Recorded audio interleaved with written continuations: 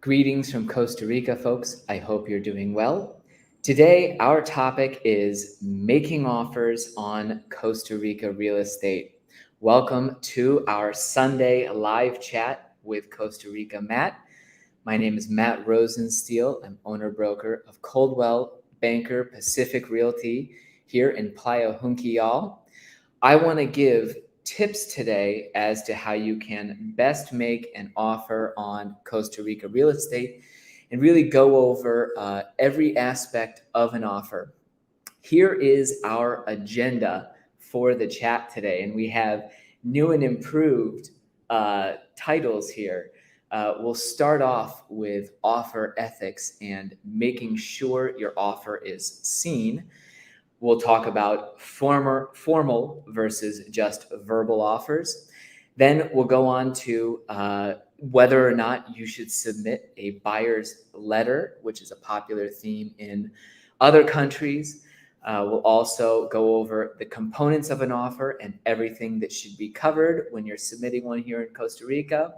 And finally, I'll give some tips both about how low I think you can start when you're negotiating on the price, and I'll give some tips about trying to leave your ego out of an offer to ensure that it's best received by the sellers. Again, my name is Matt Rosensteel. If you're thinking about moving to Costa Rica and you're interested in the Playa Tamarindo area or the beach communities surrounding it, do be sure to email me at matt@cbpacificrealty.com. If you're just watching for the first time, be sure to subscribe to my channel. I'm here every Sunday with our live chats at 11 a.m. Costa Rica time. I hope everyone out there is having a great Sunday. I am, and my apologies if I'm a bit disheveled. We started off with a wonderful swim in the Tierra Pacifica pool.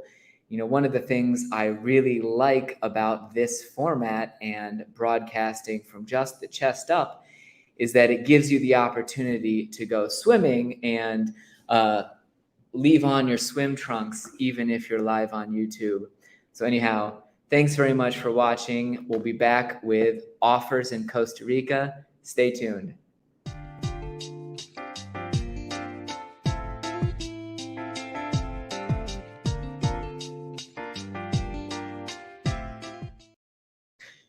Good morning, folks, and greetings from Costa Rica. Thanks for joining me for this chat about offers in Costa Rica real estate. And do be sure to post your questions, as we already have one every month on my last Sunday chat of the month. I will be reviewing viewer questions that we've got and going back over them to try and catch up. And I'll also be happy to address your comments during this broadcast. So anyhow, let's start off by talking about offer ethics in Costa Rica and making sure your offer is seen.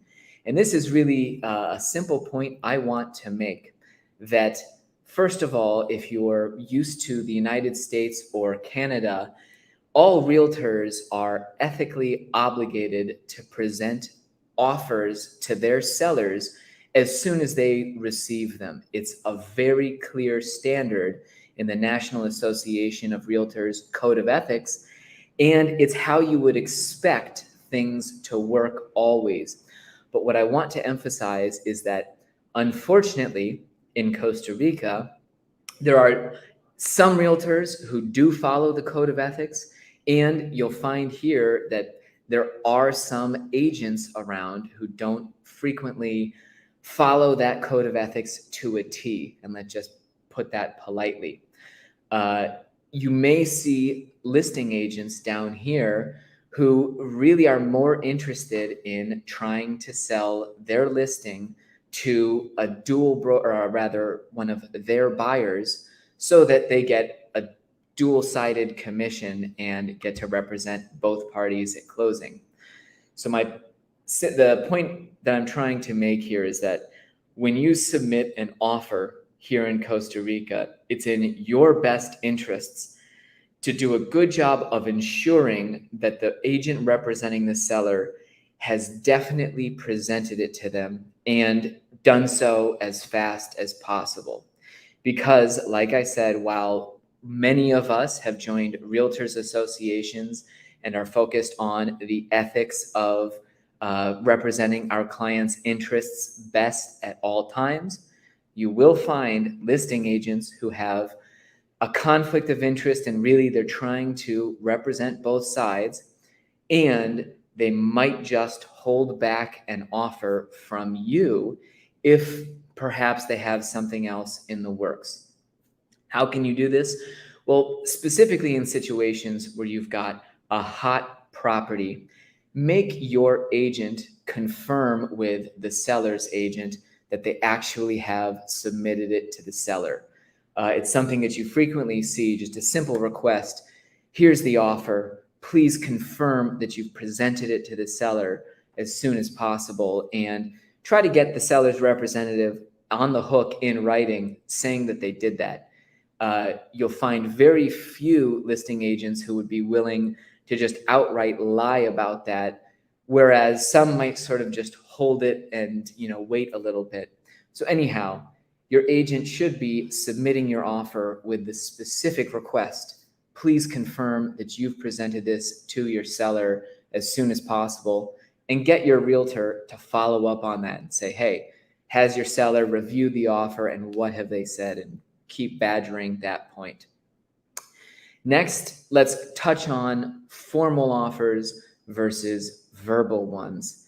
And I simply want to say that making verbal offers here in Costa Rica can be a step in the absolute wrong direction in terms of trying to successfully make a deal happen.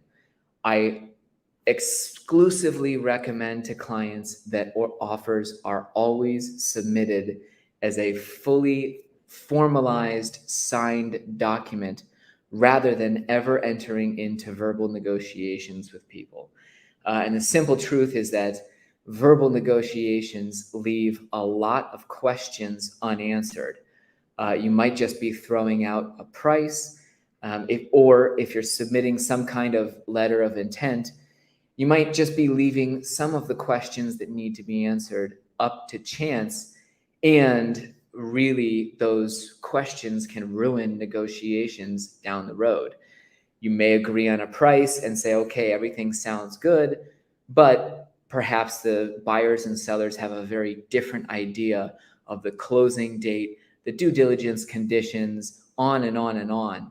And by making a formal offer, you're negotiating in a way that really sets you on a path of fully understanding each other's terms before anyone is saying yes or no. And that will set you up for success. And it, in the end, can save a lot of time, because rather than bouncing back and forth on price and other negotiations, you deliberately put the offer together with 100% of the terms and conditions outlined. It's presented, and as you move forward, there's no renegotiation. There are fewer lost deals, and once you've got a signed contract, you're much more certain that things are actually going to close than when you have verbal negotiations. Next, let's talk about buyer's letters. And this is something that, honestly, I have had very few buyers even consider submitting buyer's letters here in Costa Rica. It's, I think, a growing, or it was a more common practice in the US and Canada, in markets where people were getting 5 offers for their home, all above asking price, all within 2 days of listing it. In Costa Rica, we still do not have nearly that hot of a market, even with the surge we're seeing. And so you don't see buyer's letters entering into the discussion as often as you do in the US, because there's not that much direct competition from buyers. Anyhow, what I want to say is that a lot of sellers in Costa Rica have a certain emotional attachment to their dream paradise home here in the tropics. They may also have an emotional attachment to the gated community where they were living, or the greater context, the small Costa Rican rural community that they lived in. And because the seller has that emotional attachment to their property, even though you might not be competing with other buyers, it can be a very worthwhile exercise to submit a buyer's letter. In other words, in some circumstances, I really recommend doing it because you will meet sellers who care deeply about the people who were involved with their home, especially if it was a sentimental beach community, the vacation property that their family enjoyed over the years.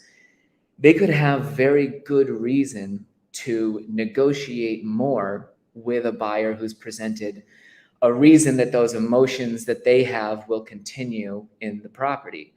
So if you find yourself buying this kind of unique, special home from somebody else, I think that, even if you're the only buyer on their radar, you should definitely consider presenting them a letter if your vision for the property is congruent with their wonderful memories.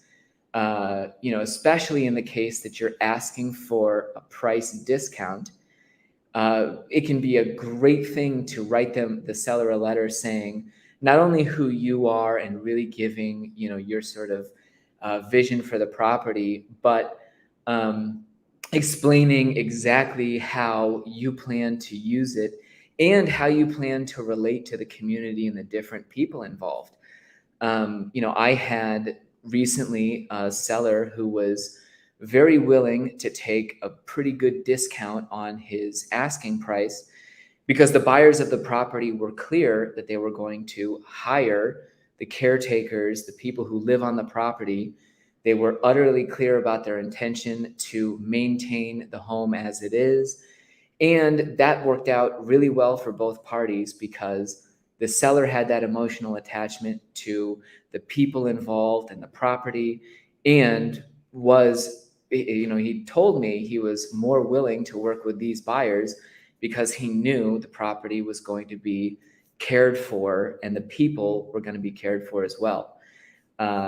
So obviously you don't want to be disingenuous, but if you intend to hire the same people, if you intend to become involved in the local community once you've purchased a property, or even if you intend to, keep the spirit of a property alive, my family will be coming down on vacation here. I'll be there with my grandkids. We need a safe place. I just don't have your full asking price. Those kind of emotional appeals can have a positive impact. And finally, I'll wrap up this point saying you also can prepare yourself better for any bumps that come down the road in your purchase process if you've introduced yourselves to a seller as human beings with emotions and families and all of these things that make you real to the seller. You might find that, okay, down the line, we find in the inspection that we disagree about some things on the house, and it will be easier to get over that disagreement if there's a relationship between buyers and sellers than if you're just two names on paper up to that point. So it's another benefit of providing a buyer's letter. Next, let's move on to what offers should include for Costa Rica real estate. And this is, to go back to the point I made before, you should always be making a formal offer for a property here if you really want the best opportunity to buy it. And I'm going to put up a list first of the major components, the big obvious points that every offer should cover. Previously, I had offered to share the format that I use for this contract with people. And honestly, I realized that it wasn't entirely a great idea on my part. But let's look, I'll kind of shift over here using our new menus to look at, obviously the huge components of what you're going to see in a Costa Rica offer. It's going to include all of the legal and identification information for the buyer, seller, and the property itself. You're obviously going to cover the closing price and the closing date or the timeline for that. The deposit amount and timeline as well. In Costa Rica, typically it's a 10% deposit made within a couple weeks of signing your formal contract. You'll have your due diligence period on there, the closing, who covers the closing costs. You'll have the commissions, and you'll also have a lot of standard due diligence conditions, that the title is free and clear, obviously that there are no liens, encumbrances, things that would prevent your free enjoyment of the property. And on this list, I want to point out, first of all, that the due diligence period will typically be about 30 days. You might see shorter due diligence periods when people are trying to make a more attractive offer. On the commissions, obviously, and this is something I've addressed in my videos about the process of buying property, those are usually covered by the seller. You should absolutely insist that those are covered in your offer, because you'll see a lot of real estate agents in Costa Rica who don't necessarily want to cover that, and they may be operating outside of that code of ethics. And some agents in the area will be charging sort of a net commission, where they know a seller only wants $200,000 for a property, and I got an offer for $250,000, and they plan to charge the difference as their commission. So that should be spelled out very clearly from the beginning and put in writing. Closing costs, you're basically seeing in the current market that it's becoming more frequent that buyers are covering them. It's another point I discuss more at length in videos on the costs of purchasing property, but they're typically about 4% of the total closing price. And because this is currently a seller's market and you've seen them gain significant leverage, you're seeing more often than not that buyers are being asked to cover that full 4% of the closing costs. In the years between 2011 and 2017, 18, and 19, yes, you saw very often that when there were foreigners in a transaction, closing costs would be split 50-50, or each party paying 2%. Nowadays, and another exception to this, or another thing to mention, is that Costa Rican sellers will almost exclusively expect foreign buyers, or any buyers of their property rather, to cover the closing costs. And in presenting your offer, we'll discuss, we'll go on to that point in just a minute.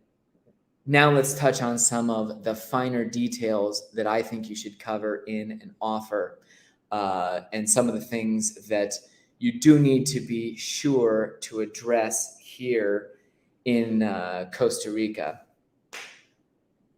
Here we go, second list, there we go. One of the things that's a frequently, and by the way, I told Danielle I wanted all of these titles in our agenda and the lists to cover about 3 minutes before we started the broadcast, so he's doing a great job. This will be a feature that we'll be using a lot more often to increase the interactiveness of the broadcast here. There he is. Just a moment. So first of all, when you're buying a property in a tourist area like Guanacaste, Costa Rica, very, very often you're going to see that vacation rentals are a part of the property. And you just need to be sure that you address from the outset what you plan to do with future rentals. As a buyer, if the seller has already booked rentals past what you propose as a closing date, you need to figure out whether you plan to keep those existing rental contracts, cancel them, or whether you want to address it on a case-by-case basis. And again, what I feel is important is that you get this tackled from the outset, because if you make an offer on a property and you could come to great terms after extensive negotiations on the price, all of those other conditions, and then all of a sudden the seller says, well, and by the way, my aunt is coming to visit at Christmas next year, and it blows things up because you wanted to use the property next Christmas. There's no other rental property available, etc. So just be certain that you're being transparent in making an offer on a property, what you would do with any possible rentals that have been booked past a closing date. Another point is a utilities holdback. And this is one of the most annoying things about doing business here in Costa Rica, is trying to resolve the pending utility bills at closing. Excuse me. Because obviously utilities are always billed in arrears, and you have closing on July 15th. The next electric bill that's issued on July 20th will be, the seller's full responsibility, because it's all electricity billed back in or used in June. And so you have to create the utilities holdback to pay what the seller would have been responsible for. And I say it's a huge pain because this is always a follow-up issue where, first of all, figuring out who pays those bills is tough because the buyers don't know where to go to handle the bills. They don't have online banking set up with the right account numbers and everything. And it's not just a quick switch over of utilities. Electric and water typically are switched to the buyer's name anywhere between 2 and 6 weeks after a buyer has moved into a property. So in your offer, you should also be addressing the fact that at closing, a certain amount will be withheld so that the seller's bills or any electricity used before closing is covered from that money that's held back. It's an issue that always requires patience to get escrow to resolve. And it's just another point that needs to be addressed from your offer, because imagine getting to closing and finding out, well, the electric bill comes out tomorrow and you're going to be, either paying the seller's bill or it will be shut off. So definitely that's another important thing to make sure that you're covering from the start.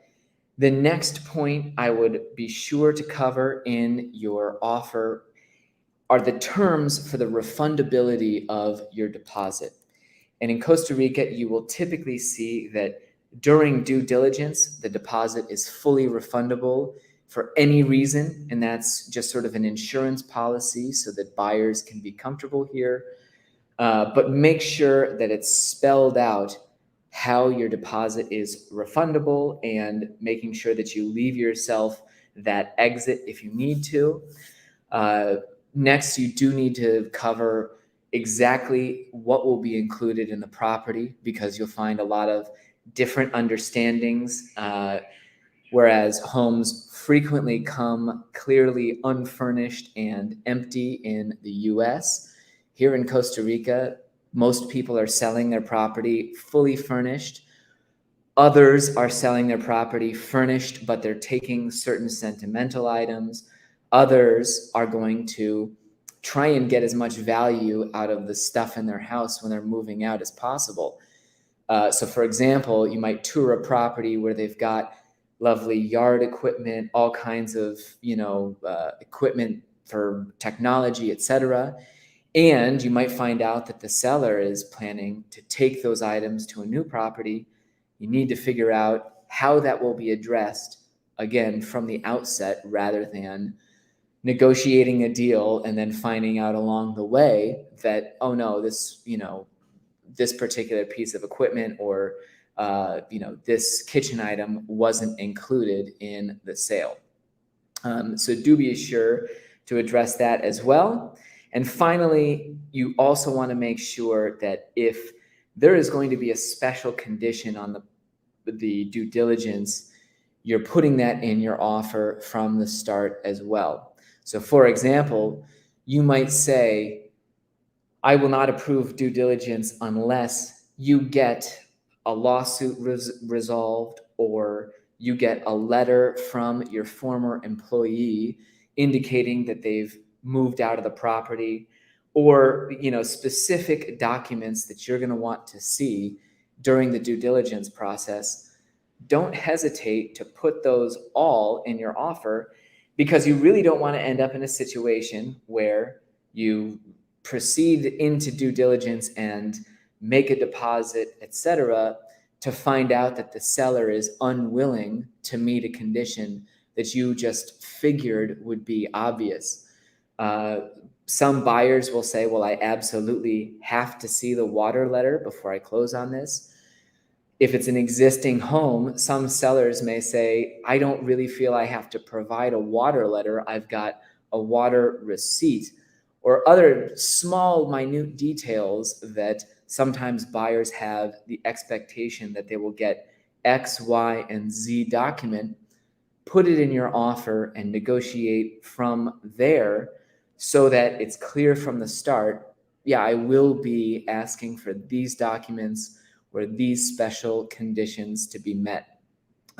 You can even include, I toured the property and I've seen that this was leaking. Part of this purchase will involve repairing that leak or whatever. But just being as complete as possible in your initial offer with even those conditions can be a huge asset. Two, I just saw John Miller's comment. Thanks very much. Anyhow, getting everything clear from the outset in your offer can lead to successful real estate transactions. To make a very long point short, let's move on now to how low you can start with an offer for real estate in Costa Rica. And this is an important point to mention, that we're broadcasting today, August 21st, 2022. Happy birthday to Jordan, by the way. As of today, and really this is a temporal point that's going to change with the conditions and times. 5 years ago, in our quiet community, I would have encouraged my buyers to make offers that were anywhere as low as 25% below asking price. In certain circumstances, for quirky properties, I would have encouraged them to start even lower than that in some circumstances. Today, late 2022 is a seller's market, and I would really hesitate to start extremely low anymore. I would say that the absolute lowest discount that you can start to ask for would be in that 20% as an initial starting point. But to not put too fine a point of it or a specific number, quickly you've seen that buyers need to start a lot closer to asking price than they did 3 or 4 years ago. That's also a geographical question. If you're making a bid on a Tamarindo condo that's right on the strip and that's only listed a bit more, a bit higher than the most recent comp, you have to start within 10 or 5% of that asking price. And 10 is really stretching it. You might want to just start within 5 for that prime location, well-priced property. If you're looking in quieter areas, yes, 10 to 20%, you can still start with those offers. But more and more, you're seeing closing prices tighten up to asking prices. And I would suggest, no matter what you do, try to come in with a solid first offer, because you do see frequently sellers can be very touchy here and they feel this emotional attachment to their property. If you make an extremely low offer at the outset, that can start negotiations off on the wrong foot, and you can be cooked before you even really get up to the final price you wanted. So I do tend to advise people to start closer to their final possible number rather than going offensively low and then coming up. But as we move into a late 2022, really, I would say discounts and the difference between your offer and asking price should be tighter than it was 5 years ago, and really in a sweet spot of maybe 5 to 15% below asking, depending on the location. And finally, to give a couple tips on making offers. And first of all, the point of leaving your ego out of it, or rather trying to leave ego out of the negotiation process. I have a lot of potential buyers who ask me to submit an offer with other information for the seller. And really, it can usually be trying to get a lower price based on things that the buyer has seen. I went and toured the property. I saw that there's problems with it. And so I'm requesting this discount to asking price. Or, the road is in really bad condition. The neighborhood isn't in good shape. So I'm requesting this discount. I absolutely recommend that you not submit an offer with any accompanying information as to why you think you should get a discount, other than that buyer's letter where you say, we are kind, loving people who are going to use the property the way you want it, and we can only pay you this much for it, that sort of thing. That justification for an offer is a good idea. I really don't feel it's ever a good idea to say that the negative reasons about the property are why you're asking for a substantial discount, because the seller will simply argue with your opinion, and you'll start off negotiations combatively rather than on a good foot and trying to stroke their ego. We did have a question earlier that I wanted to just pull up. There was a rumor that it would be prudent to have a Costa Rica lawyer make the offer on behalf of the seller to get a better deal. And I would assume that this person meant make the offer on behalf of the buyer. And I can understand how, the rumor being that lawyers should present the offer rather than a real estate agent. And also, he's now asked, if given that there's no MLS in Costa Rica, where do you access the comps? I'll get to that point in just a moment. I think having a Costa Rica lawyer submit an offer can often be problematic because the formats that they use resemble Costa Rican legal documents that really don't clearly spell out in a readable format what the offer is. And I'm simply referring, real estate agents here use National Association of Realtors format, or many of us do, or we use templates that try to put the information in a practical, readable format. And I'm not just talking about Coldwell Banker. I actually really like Remax's format for offers here. That compared to the document that a Costa Rica attorney would submit as the opción de compra y venta, actually the Costa Rica document would be solid text. Oftentimes it would be a poor translation of what they actually wanted to say, because rather than being written by English-speaking realtors, it's been translated by, from Costa Rican legalese. And like I said, you should be spelling out your commissions in the offer to begin with. So I would have the same terms coming to the seller, whether a lawyer was submitting it or a realtor. Now, if you're working without a realtor, obviously it's your choice to do that, but I've touched frequently on how I think the guidance and expertise we provide can be worth a commission, if not more. But anyhow, to me, realtors are good at presenting offers because we specifically do so geared towards what a seller wants to see and understand and the clear terms, whereas a lawyer is going to present more of a straightforward legal contract just written out. But quick thoughts on that. We also have the question as to, given there's no MLS in Costa Rica, where can you find the comps? This is something recently we touched on in a live broadcast. You can pull comp data from the Costa Rica National Registry. As of 2019, when a new tax law was passed, the recorded sale prices for real estate here are, generally speaking, honest closing prices. And if you're savvy with using the Costa Rica registry, you can pull comps from there.